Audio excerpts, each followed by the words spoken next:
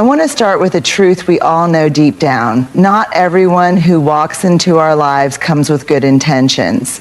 Some people, whether out of their own wounds, insecurities, or just a need for power, will do everything they can to chip away at your confidence, your relationships, and your ability to trust yourself. So how do you know when someone in your life is working against you instead of for you? How do you recognize the person who doesn't just want to hurt you in the heat of the moment, but wants to dismantle you piece by piece? I want you to imagine standing in a room with the lights off. It's pitch black. You can't see the furniture, the doorway, or what's in front of you. You move slowly, cautiously, arms stretched out to feel your way forward, hoping you don't run into something sharp, something that might hurt you. Now imagine someone standing in that same room but with night vision goggles on. They see everything, every obstacle, every hazard, every weakness. And if their intention isn't to guide you safely, but to watch you struggle, to make sure you trip, to use your blindness against you, then they have the advantage. This is what it feels like when you're unaware of the people in your life who don't have your best interests at heart. Awareness is the difference between being at their mercy and taking back your power. When you become aware, you start noticing patterns. You recognize when someone's words don't match their actions. You feel the tension in conversations where they try to plant doubt in your mind.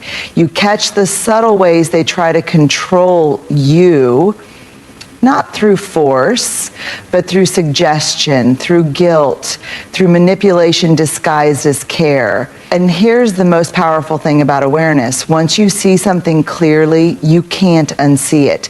Think about the times in your life when you ignored that gut feeling. Maybe you told yourself, they didn't mean it like that. I'm just overthinking. I should give them another chance. And then months, maybe even years later, you look back and realize the signs were there all along. That gut feeling was right. That quiet voice inside you was trying to warn you.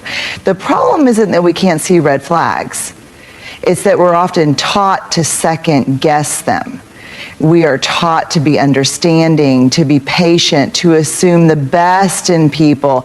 And while those are beautiful qualities, they can also make us vulnerable to people who don't deserve that level of grace. Awareness is learning to trust yourself again. It's paying attention to how people make you feel, not just in the good moments, but in the quiet ones, in the moments where you leave a conversation feeling uneasy, questioning yourself, shrinking just a little bit more than before. The moment you become aware is the moment they lose their grip on you, because people who want to control, manipulate, and destroy you thrive in the shadows. They thrive in your self-doubt. But the second you turn the lights on, the second you say, I see what's happening here, everything changes, because now you have a choice. You can step away, you can set boundaries, you can stop giving them access to your mind, your emotions, your energy, and that right there is where your power begins. Emotional manipulation is one of the most dangerous tactics used by people who seek to control and dismantle you, not because it's loud or obvious, but because it's quiet, subtle, and designed to make you question reality itself. It doesn't show up in the form of a direct attack. It creeps in like a slow poison, one drop at a time, until you're no longer sure if you're standing on solid ground or sinking into emotional quicksand. So how does it work? How do manipulators gain control without ever having to raise their voice or make a direct demand? One, they twist your emotions against you. At first, they might come across as deeply caring. They listen intently. They remember small details. They offer comfort when you're down, but over time that attentiveness is used as a weapon. They know your fears, your insecurities, and your emotional triggers, and they begin to use them against you.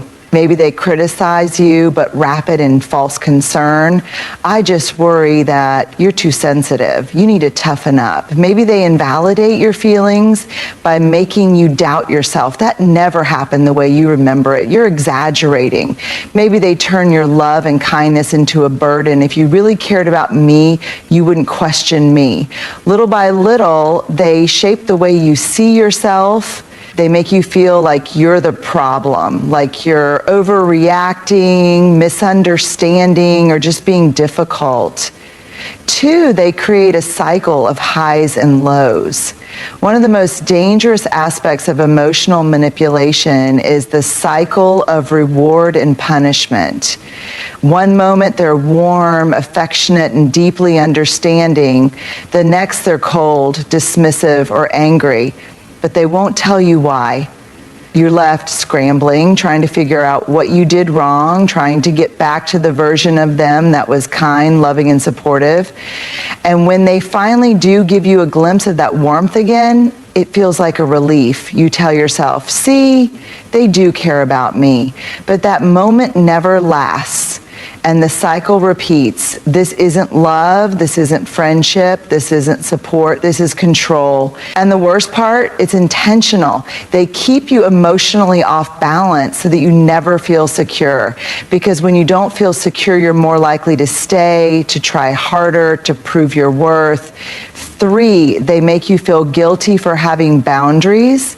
Emotional manipulators hate boundaries because boundaries are the one thing that keeps them from having full access to your mind and emotions. So the moment you try to establish one, whether it's saying no, asking for space, or standing up for yourself, they flip the script. Wow, after everything I've done for you, this is how you treat me? I guess I'm the bad guy now, right? You've really changed. You never used to be like this. And suddenly, you're the one apologizing. You're the one feeling guilty. You're the one questioning whether you're being too harsh, too demanding, too selfish. But let me be clear, setting boundaries is not selfish. Protecting your peace is not selfish. Saying no to manipulation is not selfish. The person who truly cares about you won't try to make you feel bad for doing what's best for you for themselves. They make themselves the victim. No matter what happens, no matter how much harm they cause, an emotional manipulator will always find a way to make themselves the victim. You call them out for hurting you, suddenly they're the one who's hurt because of how you confronted them. You distance yourself because their presence drains you. Now they're telling everyone how cold and heartless you've become. You stand up for yourself after months or years of being treated unfairly.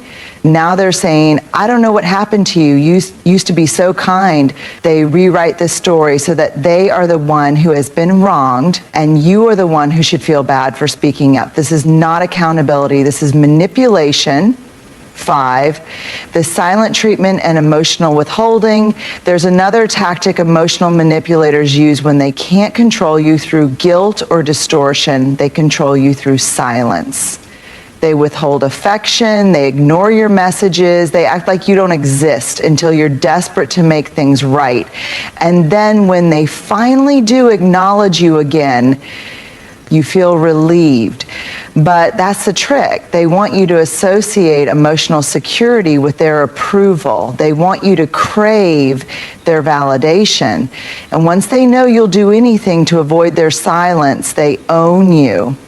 How do you break free? Awareness is step 1. Once you recognize manipulation, it starts to lose its power. The next step, stop playing the game. Stop explaining yourself to someone who is committed to misunderstanding you. Stop seeking approval from someone who thrives on making you doubt yourself. Stop trying to fix a dynamic that was designed to keep you small. The truth is, you don't owe anyone unlimited access to your emotions. You don't owe anyone endless chances, and you don't have to carry the weight of someone else's emotional dysfunction. People who love you won't use your emotions as weapons. People who respect you won't make you question your own reality. And people who truly value you will never, ever need to manipulate you to keep you close. You deserve better. And the moment you decide to walk away, to stop explaining, to stop justifying, to stop playing their game, you win. Self-worth is like the foundation of a house. When it's strong, everything built on top of it, your confidence, your relationships, your decisions, stands tall. But when someone deliberately chips away at it, little by little, that foundation weakens. And before you even realize what's happening, your sense of self is no longer solid ground, it's rubble. And that's exactly how people who seek to destroy you operate. They don't launch full-scale attacks on your confidence overnight. They don't tell you in one day that you're worthless, incapable, or undeserving. No, they do it in pieces. They wear you down bit by bit until one day you're standing in front of the mirror and they didn't mean it that way. I'm overthinking. But then it keeps happening. Over time, these tiny moments accumulate. They settle into your subconscious, and one day you start second-guessing yourself in ways you never used to. You hesitate before speaking up. You doubt whether your ideas are good enough. You stop wearing the things that make you feel good. You stop pursuing the dreams you once believed in, not because you suddenly lost all your talents, intelligence, or beauty, but because someone carefully, strategically, and persistently made you question them. 2, they redefine your identity. For you, at the core of self-worth is self-perception, how you see yourself. And manipulators know that if they can control that, they can control everything. So they start shifting the narrative about who you are. You're not ambitious. You're unrealistic. You're not strong-willed. You're difficult. You're not passionate. You're too emotional. You're not independent. You're selfish. And the more they repeat it, the more you absorb it. Because let's be honest, when someone you care about keeps defining you in a certain way, a part of you starts to believe them. You start to reshape yourself around their perception, even if it's completely false. And that's exactly what they want, because the more they can distort your self-picture, the more control they have over your choices, your confidence, and your willingness to challenge them. 3, they condition you to seek their approval. One of the most dangerous tactics in the erosion of self-worth is conditioning. They create a system where your value is no longer something you define, it's something they get to decide. When they approve of you, they reward you with kindness, attention, and affection. When they disapprove, they withdraw, criticize, or belittle. And without realizing it, you start shaping your behavior around their approval. You stop saying things that might upset them. You avoid choices that might make them uncomfortable. You start prioritizing their opinions over your own, not because you don't have your own voice, but because every time you use it, it feels like you're risking something. Love, connection, peace. And eventually you start believing that keeping them happy is more important than being yourself. 4, they make you dependent on their validation. At first, you might have been someone who didn't need external validation. You made decisions with confidence, trusted your instincts, and knew your worth. But over time, they train you to depend on their opinion to feel okay about yourself. They dismiss your ideas until you start asking for their input on everything. They criticize your choices until you're too afraid to make them on your own. They mock your emotions until you start wondering if your feelings are even valid. And suddenly you find yourself waiting for them to tell you who you are, what you should do, and whether you're enough. That's not love, that's not friendship, that's control. 5. Jung knows the normalized disrespect. When your self-worth is intact, disrespect is non-negotiable.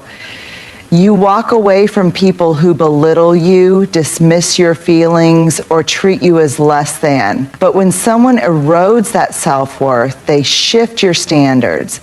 They make mistreatment feel normal. The first time they insult you, they say they were joking. The first time they ignore your feelings, they say you're being too sensitive. The first time they lie, they say it was for your own good. And little by little, you start accepting behavior you never would have tolerated before. Because when they've spent months or years convincing you that you're not that special, not that smart, not that lovable, you start to believe that maybe you don't deserve better. That is how they win. How do you rebuild your self-worth? The good news, what was broken can be rebuilt. Here's the truth. The person you were before they tried to tear you down, that person is still in there.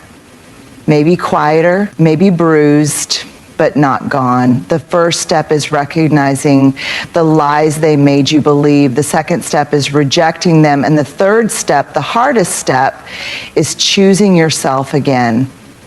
You stop waiting for their approval. You stop explaining yourself to people committed to misunderstanding you. You remind yourself of who you were before they tried to shrink you, and you take up space again. You are not too much. You are not too sensitive. You are not unworthy. You are enough exactly as you are. And the moment you decide to believe that again, the moment you decide to reclaim yourself, they lose. Imagine you're in a room filled with people who love and support you. They remind you who you are. They validate your feelings. They hold you accountable when necessary, but they never try to break you. They lift you up when you're struggling and when you're doubting yourself. They remind you of your strength. Now, imagine someone slowly leading you away from that room. At first, it's subtle. They convince you to spend less time with certain people, to avoid certain conversations, to rethink your relationships. Maybe they make you feel guilty for wanting to be around others, or they plant seeds of doubt about the people you trust most. And before you know it, you turn around and realize you're standing in an empty room, completely alone. This is how isolation works. This is how they trap you. Because here's the truth. Someone who wants to control you cannot afford for you to have a strong support system. They cannot risk you having people in your life who remind you of your worth, who see through their manipulation, who might encourage you to leave. So they take your relationships, your friendships, your family ties, your community, and they break them down piece by piece. And they do it so slowly, so carefully that by the time you notice, the damage is already done. One, they sow doubt about your closest relationships. The first step in isolating you isn't physically pulling you away from people, it's making you question them. Have you ever noticed how jealous your best friend is of you? Your family never really supports you. I don't think they actually want what's best for you. I just get a weird vibe from them. I don't think they like me. And that's a red flag. At first, they disguise it as concern. They pretend they're just looking out for you, that they're only pointing things out because they care. And you might even start to wonder, are they right? Have I been blind to these things? But the truth is, this isn't about protecting you. This is about planting doubt. Because the more you question the people in your life, the easier it is for them to create distance between you. Two, they make themselves your only safe space. Once they've made you suspicious of the people who actually care about you, they position themselves as the only person who truly understands you. I'm the only one who really knows you. No one else sees how amazing you are like I do. I just want to protect you from people who don't appreciate you. And at first it feels good. Who doesn't want to be with someone who makes them feel special, valued, irreplaceable? But what's actually happening is that they are cutting you off from everyone else. They're ensuring that your emotional security is dependent on them and them alone. And once they know they're the only voice in your life, they can start reshaping your reality. 3, they create conflict between you and others. If convincing you to doubt your relationships isn't enough, they'll start creating actual fights and misunderstandings. Maybe they tell you that someone talked badly about you behind your back. Maybe they twist your words when talking to someone else, creating drama that never needed to exist. Maybe they directly interfere, sending messages, stirring up tension, making sure that you feel like you're constantly at odds with the people you once trusted. And eventually you get tired of the drama, tired of the tension, tired of the confusion. So to make things easier, you withdraw. You pull back from friendships, from family, from social spaces. You convince yourself that life is simpler this way. But what you don't realize is that this was their goal all along. 4, they make you dependent on them for emotional support. Once they've successfully cut you off from the people who genuinely care about you, they become your only source of emotional validation. Now, when you're struggling, you have no one else to turn to but them. Now, when you're feeling insecure, they are the only person who can reassure you. Now, when you're questioning yourself, they are the only one giving you answers. And here's the dangerous part, because they are now your only emotional lifeline. You start doing everything in your power to keep them happy. You start bending over backward to avoid upsetting them, because losing them would mean losing the only connection you have left. And that's how they gain total control. 5, they make you afraid to reach out for help, even if you realize what's happening, even if deep down you know you need to reconnect with the people who love you. They make you afraid to do so. They convince you that no one will understand, that it's too late to rebuild those relationships, that people will judge you for staying with them so long. And so you stay, not because you want to, not because you don't feel the loneliness creeping in, but because they have made the outside world feel like a place you no longer belong. How do you break free? The first step is recognizing what has happened. If you look around and realize that you've lost connection with the people who once mattered to you, ask yourself, did this distance happen naturally, or was it encouraged, manipulated, created by someone else? Then remind yourself that it is never too late to rebuild. The people who truly care about you, they never stop caring. They may be hurt, they may need time, but they are still there. And reaching out, sending that first message, making that first call, showing up again will always be worth it. And most importantly, you deserve relationships that don't require isolation. Real love does not ask you to shrink your circle. Real love does not demand that you cut off people who have been good to you. Real love does not make you feel alone. The moment you recognize that someone is using isolation as a weapon against you, you have already started to win. Because now you can take your power back, you can reclaim your space, your relationships, your support system, and once you do, once you reconnect with the people who truly have your best interest at heart, they lose. When we think of control, we often imagine it as something obvious, someone barking orders, demanding obedience, or using threats to get their way.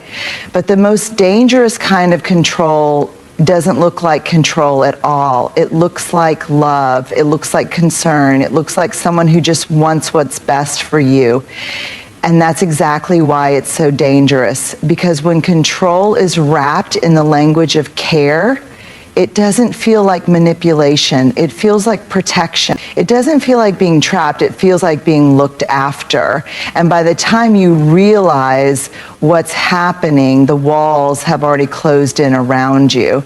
So how do you recognize it? How do you tell the difference between real care and control disguised as care? One, they insist They know what's best for you. At first, it feels like guidance.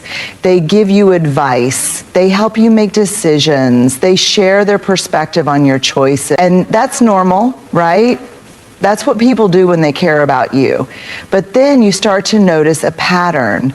Their advice isn't just advice, it's an expectation. Their opinion isn't just an opinion, it's the only right answer. And when you make a different choice than the one they suggested, they don't just disagree, they make you feel like you've made a mistake. I just don't want to see you get hurt. I know you better than anyone, and I know this isn't right for you. If you would just listen to me, everything would be easier. What starts as guidance slowly turns into control, and before you know it, you're not making decisions for yourself anymore. You're just following their instructions, believing that they must know better than you do. 2, they make you feel guilty for your independence.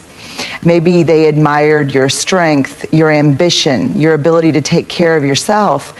But as time goes on, they start to make you feel bad for doing things on your own. Why do you always have to be so independent? I just wish you needed me more. You don't have to do everything by yourself, you know? And suddenly what was once a strength is now framed as a problem. Suddenly, making decisions without their input feels wrong. Suddenly, being in a job is right for you. I'd rather you do something safer. I don't think those friends are good for you. You should spend more time with me instead. I don't think you should wear that. It doesn't suit you. And before you realize it, your choices are no longer yours. They've been replaced by what they want, what they think is best, what makes them comfortable. And the worst part, you didn't even notice it happening because they never demanded it outright. They made it seem like care, like guidance, like love, for they keep you dependent on their approval. One of the most powerful ways to control someone is to make them crave your approval. At first, they shower you with praise when you do something they like. They tell you how proud they are, how much they love you, how much they appreciate you. And that feels good. It feels like validation, like security, like love. But then when you make a choice they don't like, the warmth disappears. They withdraw, they sulk, maybe they get passive aggressive, maybe they go silent. And suddenly, you're left wondering, what did I do wrong? And so, without even realizing it, you start making choices not based on what's right for you, but based on what will make them happy. You stop following your own instincts and start chasing their approval. That's not love, that's control. 5, they frame control as protection. This is the most dangerous trick of all. When they tell you what to do, limit your choices, or discourage your independence, they don't do it with anger. They don't frame it as control. They frame it as protection. I just don't want to see you struggle. I worry about you too much. I need to know you're safe. I just love you so much. I can't bear to see you make the wrong decision. And so instead of resisting, instead of seeing it for what it is, you start to believe it. You start to see their control as love, their limitations as care, their restrictions as protection. And you begin to shrink, you begin to silence your own voice. You begin to lose yourself in the name of keeping them happy. How do you break free? The first step is recognizing the difference between real care and control disguised as care. Real care empowers you. Control disguised as care limits you. Real care respects your choices. Control disguised as care replaces them with its own. Real care gives you space to grow. Control disguised as care keeps you small. So ask yourself, do I feel like my choices are my own, or do I feel like I'm constantly seeking their approval? Do I feel supported in my independence, or do I feel guilty for wanting it? Do I feel free to be myself, or do I feel like I have to fit into what makes them comfortable? Because love should feel like freedom, not a cage. And the moment you recognize the difference, The moment you start making decisions for yourself again, their power over you begins to crumble. You do not owe anyone your obedience. You do not owe anyone control over your life. You do not owe anyone the right to shrink you under the disguise of love, because real love never asks you to surrender yourself. And the moment you decide to reclaim your choices, your voice, and your independence, they lose freedom. It's a word we all understand on the surface, but when it comes to our personal lives, our relationships, our choices, our sense of self, freedom can become more complicated. Because sometimes we don't even realize we've lost it. Freedom isn't just about physical independence. It's about emotional and mental liberation. It's about breaking free from control, manipulation, and toxic influences that keep us small. It's about stepping out of the shadow of someone else's expectations and standing fully in who we are. But here's the truth. The path to freedom isn't always easy. It's not a single dramatic moment where you suddenly break free and never look back. It's a journey, a process. A fight to unlearn what you've been conditioned to accept and rebuild the strength you didn't realize you had lost. And that journey begins with a single decision. I deserve better. Step 1, recognizing that you are not free. The first step to reclaiming your freedom is admitting that you've lost it. And this is harder than it sounds, because when someone has spent months, maybe even years, convincing you that their control is love, that their limitations are protection, that their manipulation is care, it doesn't feel like a cage, it feels like safety. So how do you know when you've lost your freedom? When your choices no longer feel like your own. When you hesitate before speaking, afraid of how they'll react. When you feel guilty for wanting something that they don't approve of. When you've lost relationships, dreams, and parts of yourself to keep them happy. When you feel exhausted, not just physically, but emotionally and mentally, because you are constantly trying to meet their expectations. Recognizing these signs is painful. It forces you to face the reality that someone you trusted, someone you loved, has taken more from you than you realized. But here's what you need to understand. This is not your fault. You did not allow this to happen because you were weak. You did not stay because you were foolish. You stayed because you believed in love, in care, in the good in people.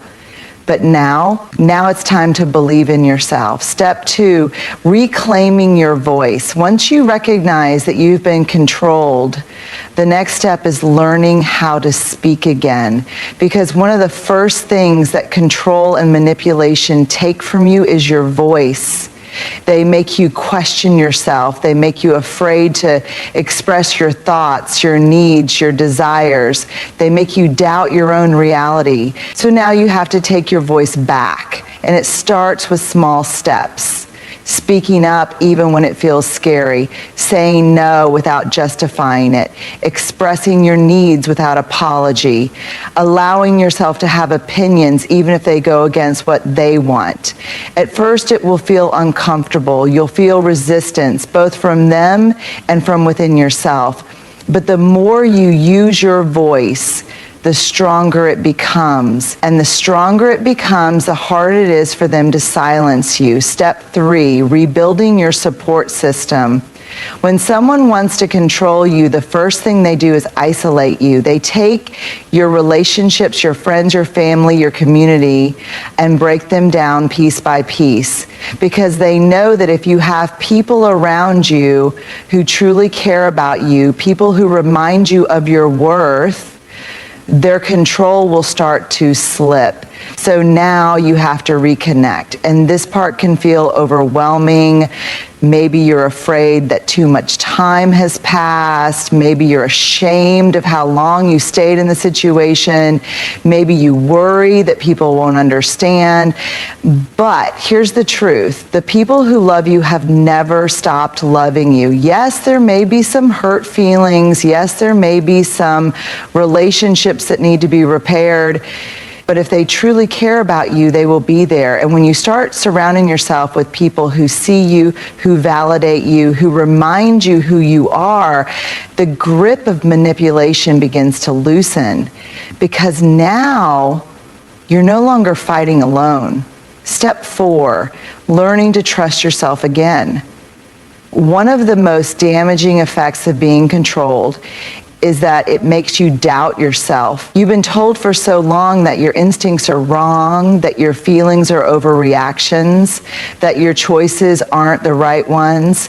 And after a while, you start to believe it. So even when you finally break free, you may find yourself struggling to trust your own judgment. What if I'm wrong? What if I make another bad decision? What if I end up in the same situation again? These fears are valid, but they are also lies. Lies that were planted in your mind by someone who wanted to keep you doubting yourself. The truth is, you are capable, you are strong, you are wiser now than you were before, and the only way to rebuild that trust in yourself is to start making choices again, without fear, without guilt, without apology. At first, it will feel uncertain. But every time you make a choice and see that you were right, every time you listen to your intuition and realize it was guiding you in the right direction, your confidence will grow, and soon you will trust yourself more than you ever trusted them. Step 5, creating a life that belongs to you. Freedom isn't just about breaking away from control. It's about deciding what comes next, because now you are not just leaving something behind, you are stepping into something new. A life that you couldn't live without them. But the moment you take your power back, the moment you say, no more, I deserve better, I choose myself, they lose. Because they can no longer reach you, they can no longer control you, they can no longer manipulate you into believing that their love was real love. And when you finally step into your own power, when you choose freedom over fear, when you reclaim everything they tried to take from you, you win. And this time, the life you build is yours and yours alone. Freedom is not something someone gives you, it's something you reclaim for yourself. It is a decision, a journey, and a promise to yourself that you will no longer live in someone else's shadow. That you will no longer shrink to make someone else comfortable. That you will no longer mistake control for care. The truth is, breaking free is not just about walking away from manipulation and control. It's about rediscovering yourself. It's about unlearning the doubts and fears that were planted in your mind. It's about realizing that your voice matters, that your choices are valid, and that you are worthy of a life that is truly your own. Yes, the path to freedom is difficult. It requires courage to face the truth, strength to stand up for yourself, and resilience to rebuild what was lost.